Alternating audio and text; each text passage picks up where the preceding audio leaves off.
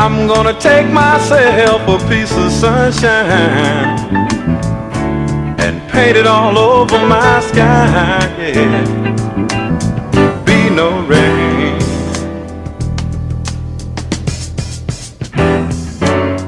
be no rain.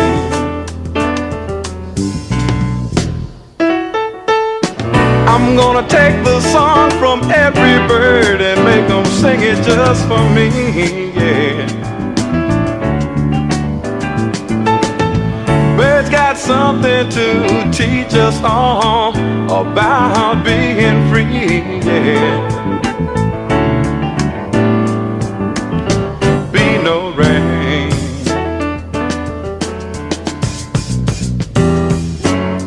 be no rain.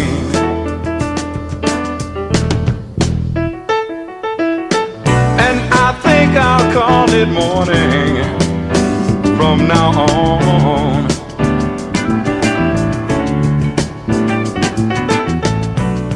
Why should I survive on sadness and tell myself I've got to be alone?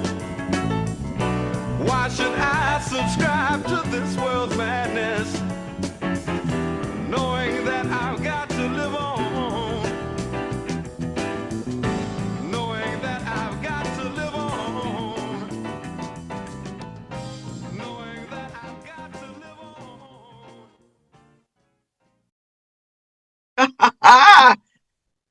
Good morning. Good morning. Good morning. Good morning. We're up early. And if you're up early, you know you're with Babz Rolls Ivy. This is LoveBabz Love Talk. Hey, Harry. Good morning. I think it's going to be a very warm day today. I think this week is going to give us some heat. I hope y'all had a good weekend. I had a good weekend. I did a lot of getting ready for finals. Ugh. I come off the weekends of studying. I feel like I haven't studied enough. Trying not to be nervous, but I've got another week so before I have to take the contracts final, and then the property final is May after my birthday. Yeah, so the contracts final is the 27th. Oh, I still have a week. I have this week and next week to study, which is fine. And school ends on the 20th. So I got this week and next week to study. And then the final for property is Wednesday. I get my nails done at some point.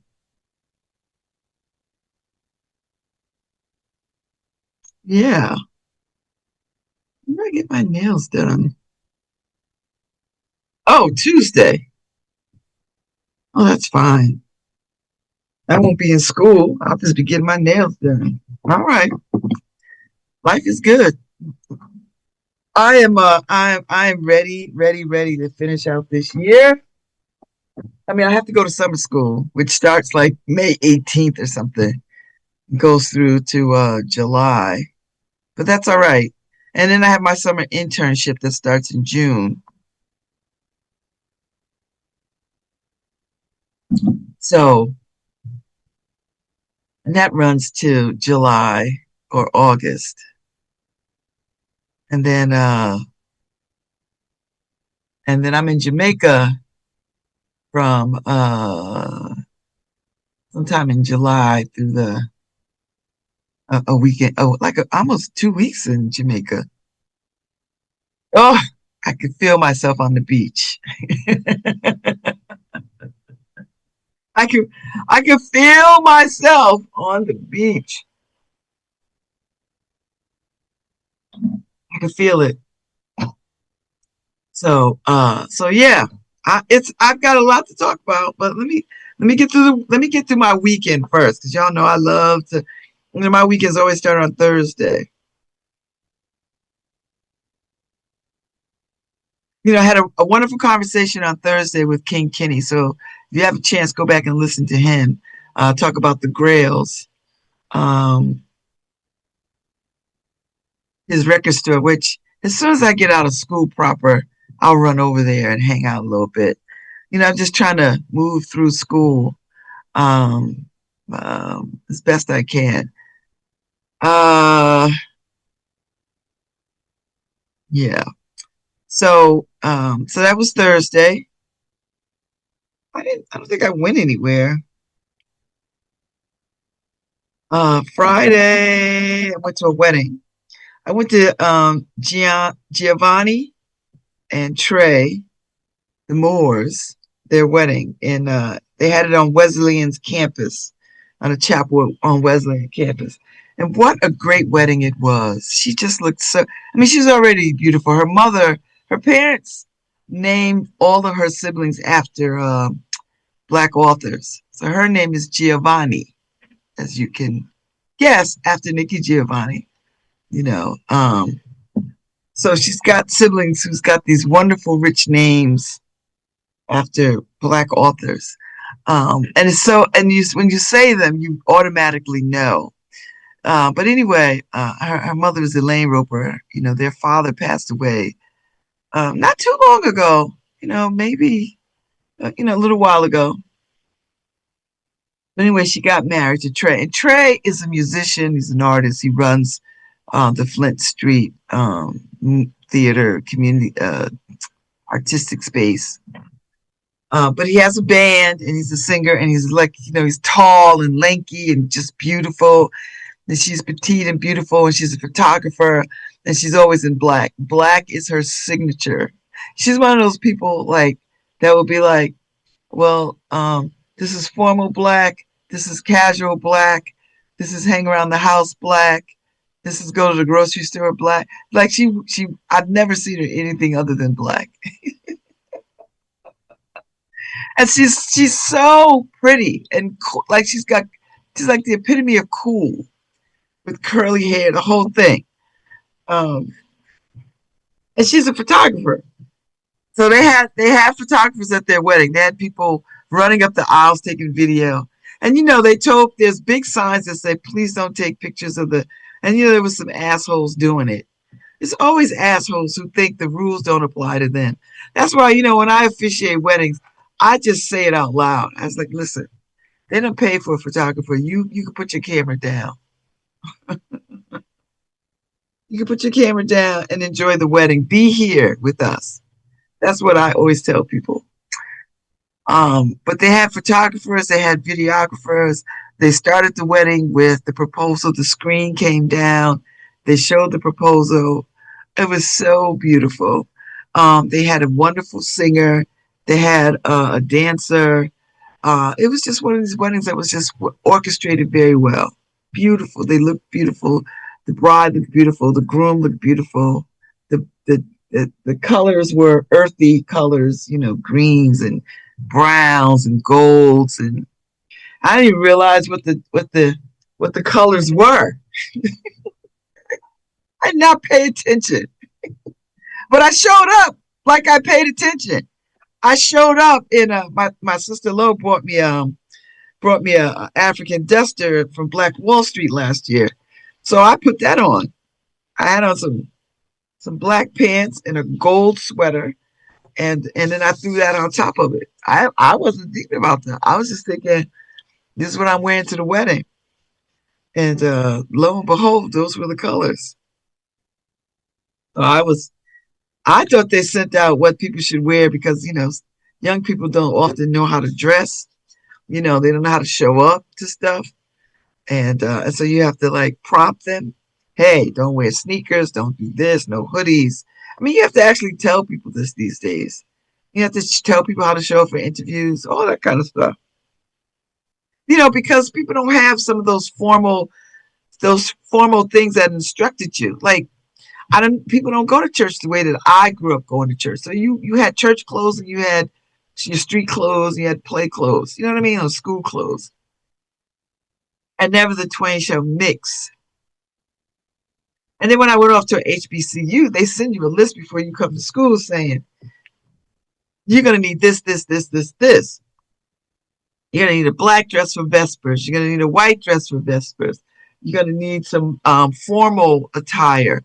And you're going to need some cocktail attire. honest to God, my mother went to getting busy, so I had all kinds of cool stuff and great stuff.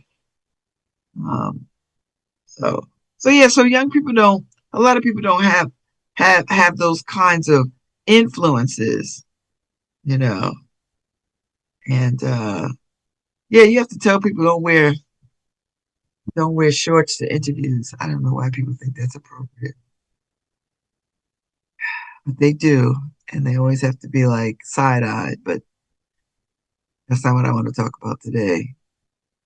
I was appropriate. I was gonna be appropriate no matter if I wore, blue. I mean, you know what I mean? Like, I know how to dress. 62. I know what's appropriate. I know how to show up. I know what's professional. I know what's casual. I know what casual Friday is.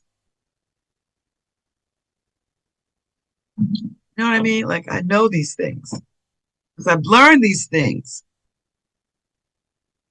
I know these things because I've learned these things. So that was Friday. I did not go to the reception on Saturday. I did not RSVP for the reception. Because I knew I had to commit my Saturday to rigorous study. So there's a couple of things that I didn't get a chance to go to. I did go to the gym. Went to the gym. I didn't go to the gym Saturday. I went to the gym Sunday. Um, um, um, my soror Jennifer dedicated the bench in the park to Soror Dolores Greenlee. The bench over there by Truman Street, and I couldn't go. I didn't go to that, but I saw the pictures, and that was such a beautiful. It just looked so beautiful. The celebration for Sharon Clemens was yesterday. I didn't make that. I couldn't make that. Because I got to hunker down. I gotta hunker down, and so it was really nice to see, and I have to be very I have to decide the things that I can go to based on time, because someone made a comment to me. It was like coming to something, something, something, or I was like, no, I can't. I got um finals, and they were like, well, I see you all over the place. Like, you don't see me all over the place. What you see is photos of me in places, but you got to pay attention to when the photos are lifted. The photos are not at the moment. Do you know what I mean? Like, they're not I'm not live photoing, right? They're pictures I take after I've gone to something, or if I'm there, I'll load them. But most of the time, it's after the fact. This is what I did today. This is what I did yesterday. So I just, that's how hard people be checking me, which is fine. I go to what I can go to, but law school is a heavy lift. And Saturdays are prime. The weekends are prime study days. I mean, they just are prime study days, and so I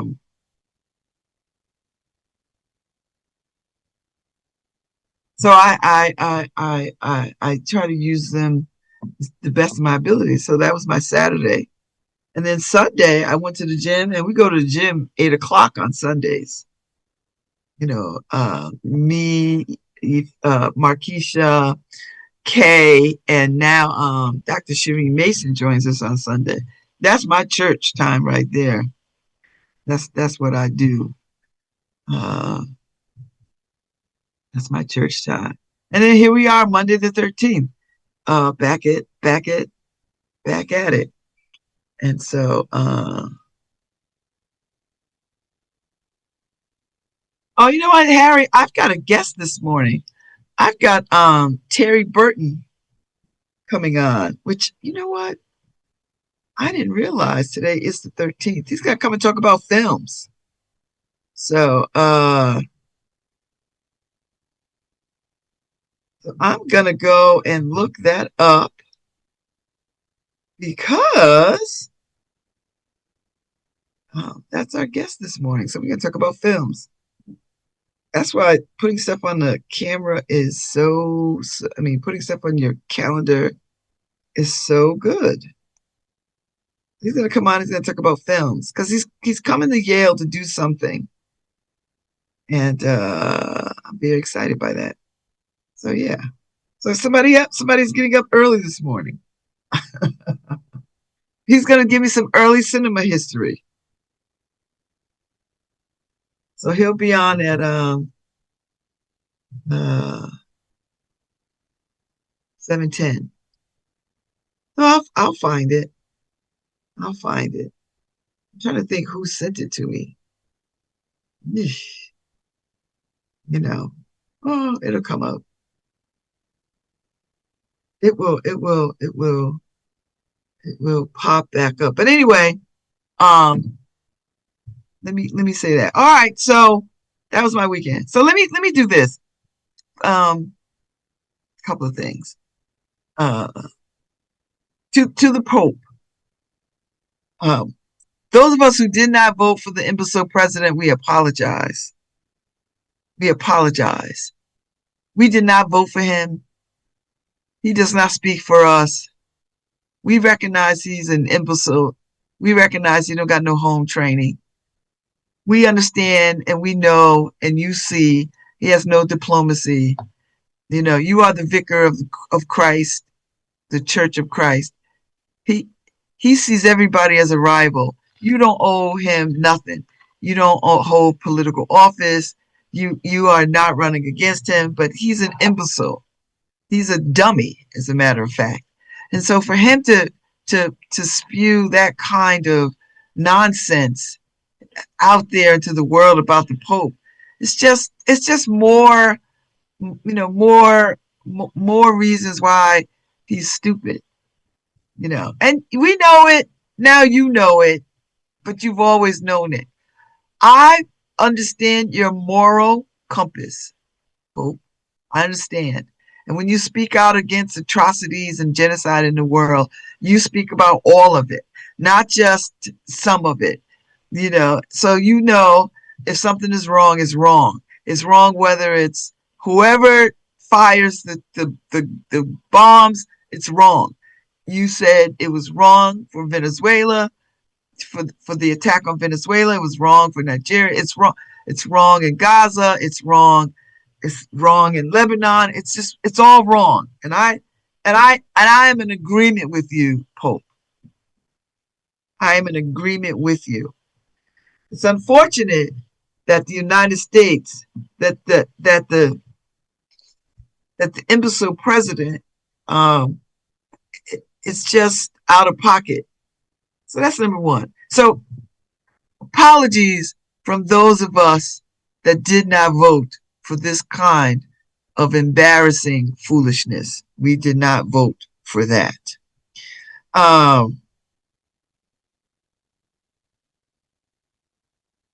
Now, for the First Lady and her I don't know him tour.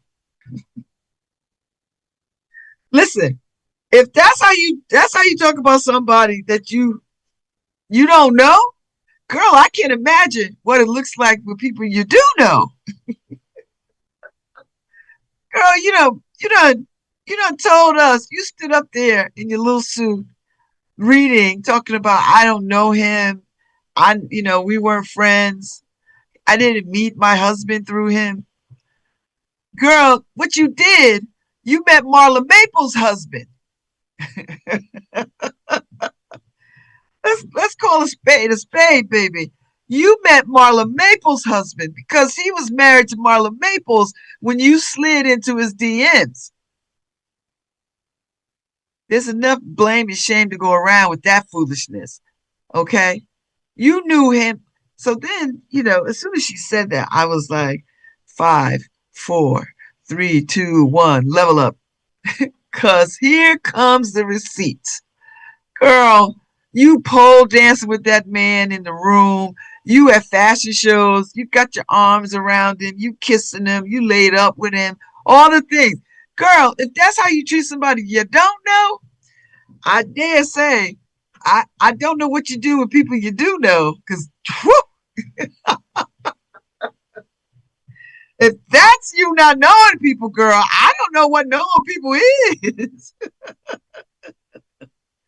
Child, child. That girl got up there. That woman got up there with a straight ass face and said, now the only person I know who could pull that off is Mariah Carey. When she said, I don't know her. When she was talking about somebody who said something about her, she was like, I don't know who she is. That's the only person who could do that. You coming out there in the middle of somebody's day talking about,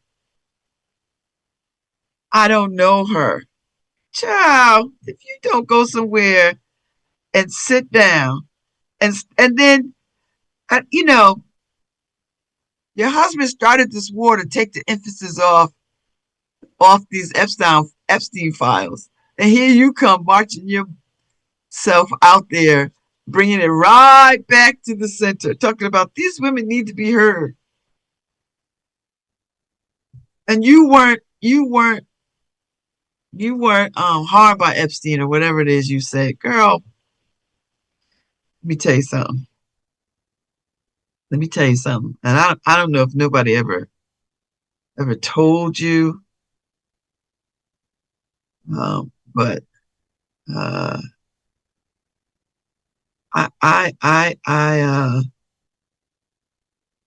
Terry Borton. Okay.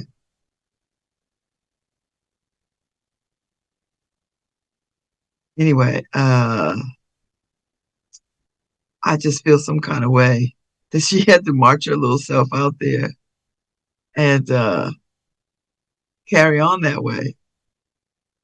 Just carry on. Just, I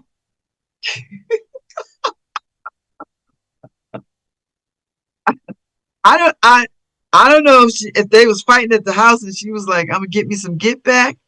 I don't know. I don't know what prompted her. And then, and then the president act like, he got caught off guard because I don't think he knew old girl was gonna go out there and raise some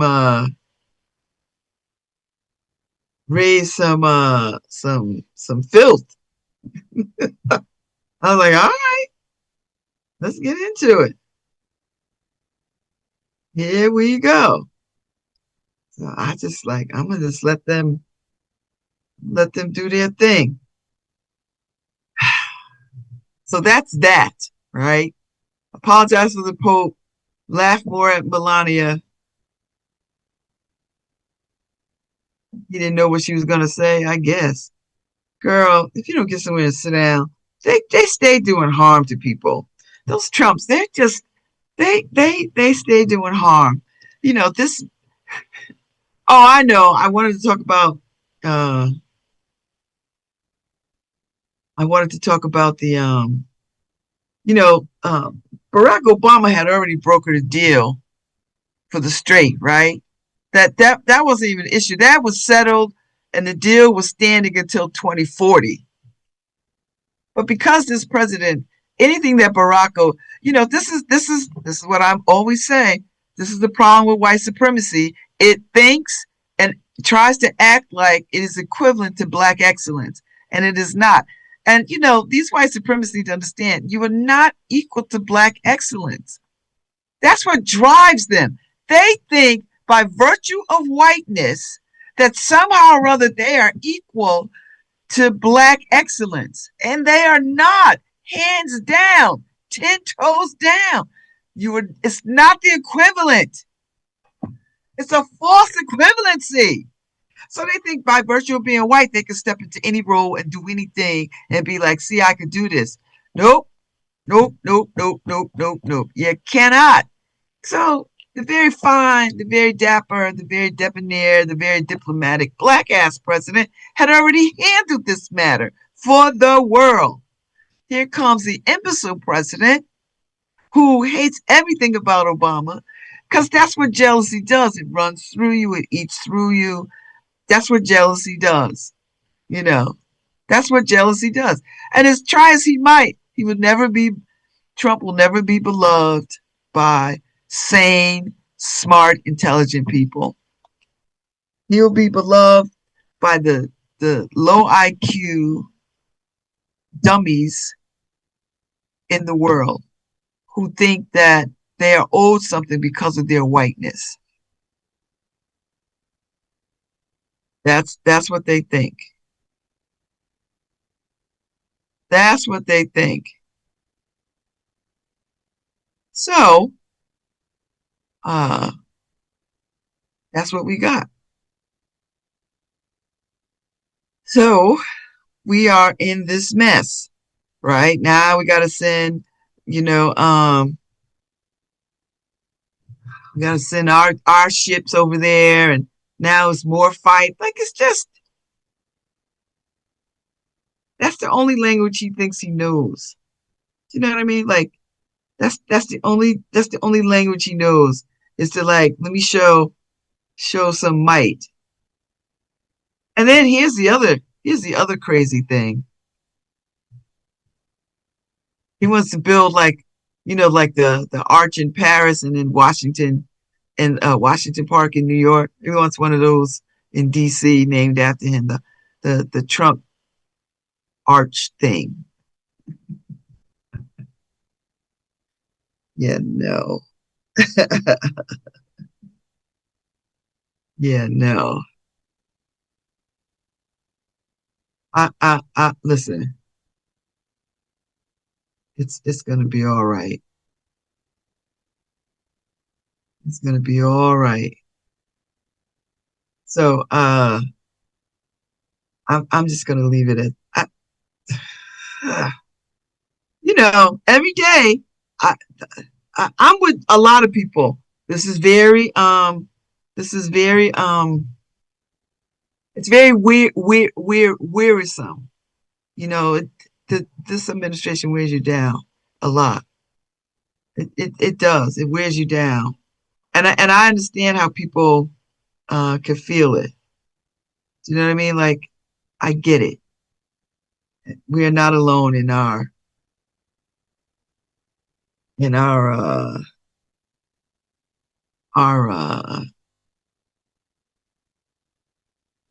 exhaustion. You know what I mean? We're not you're not alone. If you feel exhausted, trust and believe. Uh uh if you feel exhausted, we all feel exhausted. That's the point that I want to make. If you feel exhausted, we all feel exhausted. But fear not, hope is on the way, and help is on the way. And if you're paying attention to the political landscape, you see that the elections leading up to these midterms, Democrats are it's a wave. It's a wave. So don't be too discouraged. Just make sure when it's time for you to cast your ballot, you cast it. When it comes up for the vote, you make sure you cast it. Don't fear not. Hope is on the way. Do you know what I mean? I don't want you to I don't want you to feel like it's hopeless because it does feel that way. It feels that way with the assault of ICE everywhere and this theatrical foolishness of dragging people out of courtrooms and hospitals and schools, and it's all theatrical, it's all theater, it's all to show these white folks, look, I'm getting rid of these people, because that's what white supremacy does. It's just theater. He couldn't get rid of every immigrant in this country if he tried. This is just theater. This is just for the dummies who don't know anything, who don't read, who don't pay attention, who don't understand immigration, who don't understand anything other than I just hate these people, because that's just all it is. I just hate them, you know. So it's all theater, and then these folks are emboldened to sort of drag women and beat women and people and throw them to the ground, and it's like the time of the Romans and throwing Christians into the lion's den. and then the Romans are watching and cheering, ooh, get him, get him, get him. It's that kind of spectacle. It's that kind of spectacle. You know, this is that kind of spectacle. This is that moment. Or the way that they used to lynch people. And by lynch people, I mean black people. The way they lynched black people, and people would gather with their family and friends. I mean, so much so that people would take pictures and they would make postcards. And the United States Postal Service had to say, stop. We're no longer going to send these photos around the country. People were taking pictures of there were whole postcards of this stuff. People were cutting off parts of black bodies and displaying them at the house on the mantle. Look at here, I got a piece of this nigga. I got a piece of that nigga. That's what they were doing. This is why folks don't want to learn about, the history of black folks and Africans in America, because they know the heinousness of it all would just the world would see them for what they are. And we already see them for what they are. The world already sees you for what you are. The world already sees. So anyway, that's my rant for the moment. That's my rant for the moment. And help is on the way. Help is on the way. Help is on the way. And by help I mean the midterms. And then we could, get rid of these people. And I honestly, I wish we could invoke Article 25, where you get rid of the president, the vice president, the whole damn cabinet. You want to make history? Do that. I need the Democrats to get a little tougher. I need Dems to really, listen. I need you to put everything on the table and fight this tyranny. Seriously, it's no time to be like, oh, I want to get reelected. Get in the ring, bare knuckle, swing, swing, swing, swing as hard as you can, because you got to knock them down. Right now, you got me. I got to use violent metaphors to make a point, because this administration is so violent. There's no turning the other cheek. This is a fight for democracy. This experiment of democracy is not over. And the hint of fascism cannot drive some people to think this is the way we want to go. It is not. It is not. So, I'm just putting it out there. This is not the way we want to go. And people got to show up like this is not the way we want to go. So anyway, we know that. So keep hope alive. Keep hope alive. Keep hope alive. Keep hope alive. So on some good news, the New Haven alumni chapter, a couple of weeks ago took over 33 new sorors. Woohoo! And I watched their show online because I could not be there. And then yesterday, the Pi Alpha, the Yale chapter of Delta Sigma Theta Sorority Incorporated, they took some young sisters over, and they had their probate show yesterday afternoon. And I saw those pictures, and it was wonderful. So there are Deltas crossing all over the country.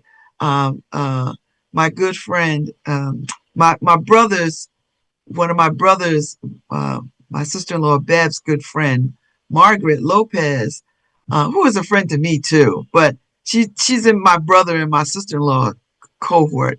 Her daughter, Jasmine, which I call her my niece, went over for Delta yesterday, and she sent me a picture of Jasmine. She was 61 on a line of 99. Woo-wee! Woo! I was like, child, child, child, child. But these women are getting into sorority life, and for all the ones who are denouncing sorority life, and there's a bunch of them all over the place denouncing what the black sororities, Greek sororities, and witchcraft, and also I mean, they're just going to these churches putting this in their heads and all that kind of stuff. So they out here, being public about renouncing, which is I don't even get. I mean, if you don't want to be it, you could just renounce. I don't know. I don't know what you get out of this. You just look crazy because you're gonna regret it. As I said the other day, if you thought we were a coven of witches, if there was even a chance that we could be a coven of witches, like all the D9, the devil sitting in the White House right now would not be sitting in the White House. You can bet, you can burn some incense on that. Uh, you could burn some incense if if if the D9 was a coven of witches, honey, Kamala Harris would be president. Kamala Harris would be president. She would be president. So I'm just putting it out there. So now, all the D9 folks, when people doing all this turning back their stuff, they formalize it. At least I know our sorority has formalized it and said, listen, anybody who wants to give up, being in the sorority, you can renounce. Here's a formal way to do it. Here's the information you need to do it, and we will accept it and go in peace. Yes. Yes. Yes. Do you know what I mean? These folks people are just, I don't know. I think people get in these churches and they let these men run churches run them. Because that's really, well, they got some man who's, some hotep man who's telling them, oh, you can't serve two masters. First of all, ain't nobody serving not near one master.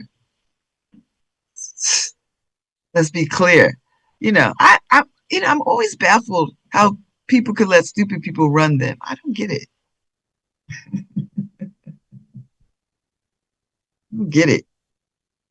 I mean, if you're of right thinking mind, then this kind of stuff. But you know what? People make all kinds of decisions based on what they need to do for themselves. Honestly, honestly, they do. And we got to be all right with that. We've got to be all right. Let people make let people make the decisions that they need for their lives. And we're not into convincing business. This is not what you want to do. This is not for you. And that's anything. That's anything. That is for anything. You know what's for you, you know what's not for you. But you don't gotta like just because it's not for you, now you wanna poison the waters so that you believe it's not for anybody. That's white supremacy work right there. That is some white supremacy work right there. You're gonna lead people to their own you're gonna lead people to their own devices. And that's it. That is it. That is it. So yeah, yeah, yeah, yeah. So anyway, I'm gonna leave it at that. I'm gonna leave it at that, boys and girls. But what I wanna before I take my break, I do want to impress upon people that the weather this week is gonna be serving and giving. Right now it's 49 degrees. The high today is 71. So my mom needs me to I've got a guest at 7:10. I need to. Yes, I sent you the text just a little while ago because I forgot. Yeah, and I don't know how to get in touch with them to cancel. So, but I will keep it tight. Yeah. Okay. So anyway, I'm gonna take a break. But when I come back, I'm gonna be talking to Terry Borton. He is the author of Magic Lantern Art, the American screen's first great narrative artist, Joseph Boggs Beale. So it's a book published by Indiana University Press, and he's gonna come and talk about it. And so I think you'll be fascinated and interested in what he has to say. I know I will be. So I'm looking forward to having a conversation with him in about 10 minutes. So yeah. Okay, Harry. So sorry about that. I didn't keep it pressing. Well, come on, let's sing. Let's go.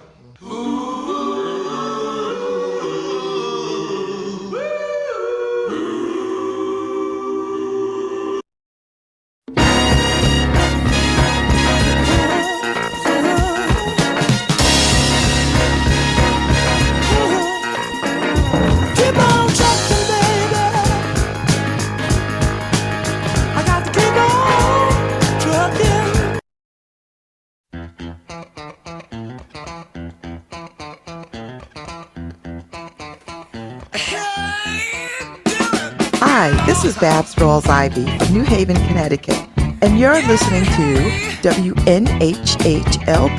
103.5 FM, streaming live at newhavenindependent.org.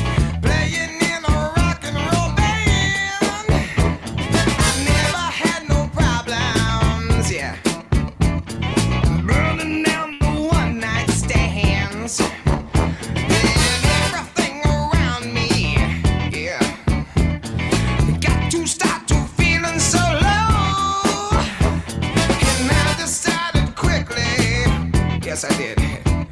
To just go down and check out the show. Yeah, they were dancing and singing and moving to the grooving.